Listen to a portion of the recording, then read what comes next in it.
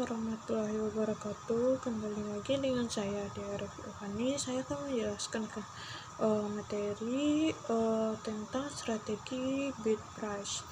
Untuk tahap tendernya secara garis besar, tahap dan tender itu ialah undangan mengikuti tender yang setelah lulus pada PIKI. Pengambilan dokumen tendernya seperti gambar, spesifikasi, administrasi, bill of quantity. Selanjutnya penjelasan administrasi teknis dan lapangan, dan pemasukan penawaran atau bid price untuk pengumuman pemenang selanjutnya. Kunci sukses memenangkan tender ini ialah tersedianya cukup informasi yang diperlukan untuk dasar-dasar perhitungan penawaran, jaringan informasi yang selalu update sesuai dengan masukan-masukan umpan balik dari proyek yang sudah selesai, pengaruh faktor eksternal dan internal melakukan hal yang dijadikan pertimbangan dan penyusunan strategi tender. Faktor eksternal dalam strategi tender yang pertama ialah kompetitor, ialah artinya jumlah dan jenis perusahaan peserta tender dapat diketahui pada saat rapat penjelasan teknis dan administrasi. Yang kedua, inflasi, itu untuk proyek-proyek multi-year trend and inflasi, perhitungan untuk memproyeksikan kenaikan harga. Yang ketiga, kebijakan pemerintahan, kenaikan bahan bakar minyak, listrik secara langsung akan mempengaruhi harga-harga material. Yang keempat, perbankan merupakan biaya penerbitan bank garansi bunga kredit. Yang kelima, harga pasar. Harga pasar ini berubah cara berkala. Bagian anggaran memonitor pergerakan harga-harga pasar sehingga setiap saat dapat disajikan dengan harga yang terkini. Yang keenam ialah beda kos, fluktuasi, depresiasi dan apresiasi rupiah terhadap mata uang asing akan mempengaruhi harga material impor. Faktor internal dalam strategi tender yang pertama, mempelajari dokumen tender yang ditinjau dari aspek nilai proyek, administrasi, teknis, finansial, peralatan, dan sumber daya manusia yang kecukupannya masih ada. Yang kedua, menghitungi volume pekerjaan pada gambar yang telah didapatkan.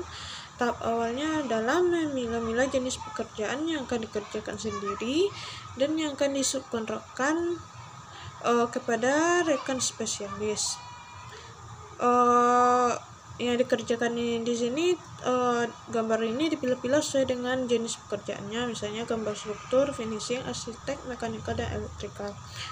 Yang ketiga, menghitung harga satuan pekerjaan. Penentuan harga satuan ini diperoleh dari bank data harga satuan upah dan bahan, yang kemudian dianalisis menjadi harga satuan pekerjaan. Yang keempat, perencanaan metode pelaksanaan. Kontribusi metode pelaksanaan dalam struktur biaya berkisar 10% sampai 15% tergantung dari jenis pekerjaannya. Nilainya sangat elastis, tidak seperti harga-harga yang sudah distandarkan.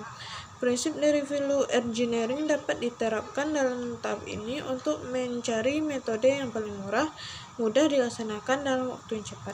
Yang kelima, menghitung biaya tak langsung. Umumnya terdiri dari biaya overhead, penyusutan alat, dan biaya bunga bank.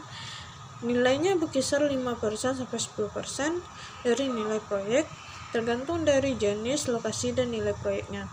Besar komposisi subkontraktor dalam suatu proyek akan mempengaruhi nilai dari biaya tak langsung. Maka tinggi komposisinya, maka biaya overheadnya akan turun. Pertimbangan owner dalam menilai calon pemenang tender. Untuk pelaksanaannya sama dengan yang ditetapkan. Kemampuan teknis yang terurai dalam proposal, metode pelaksanaan, dan pengalaman pekerjaan. Penawaran yang ditetapkan nilainya harus di bawah atau sama dengan owner estimate, paling murah dan dapat dipertanggungjawabkan. Perubahan markup pada dasarnya adalah memainkan unsur-unsur biaya tetap perusahaan dan keuntungan dari risiko perusahaan tersebut. Tipe kontrak yang ditinjau dari cara cost estimate-nya ialah bermacam-macam dalam perkembangan di Indonesia. Ada beberapa. Yang pertama yaitu cost plus free, yang kedua lump sum, yang ketiga ialah unit price.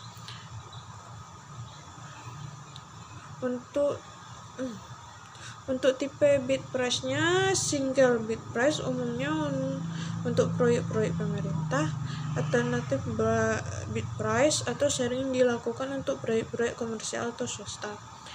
Strategi tendernya tergantung kelangsungan hidup dari kontraktor, sangat ditentukan oleh memperoleh kontrak minimal yang harus dicapai, sehingga umum ada dua strategi yang memenangkan tender.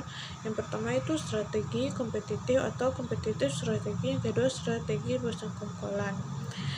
Demikianlah penjelasan dari saya. Sekian, terima kasih. Wassalamualaikum warahmatullahi wabarakatuh.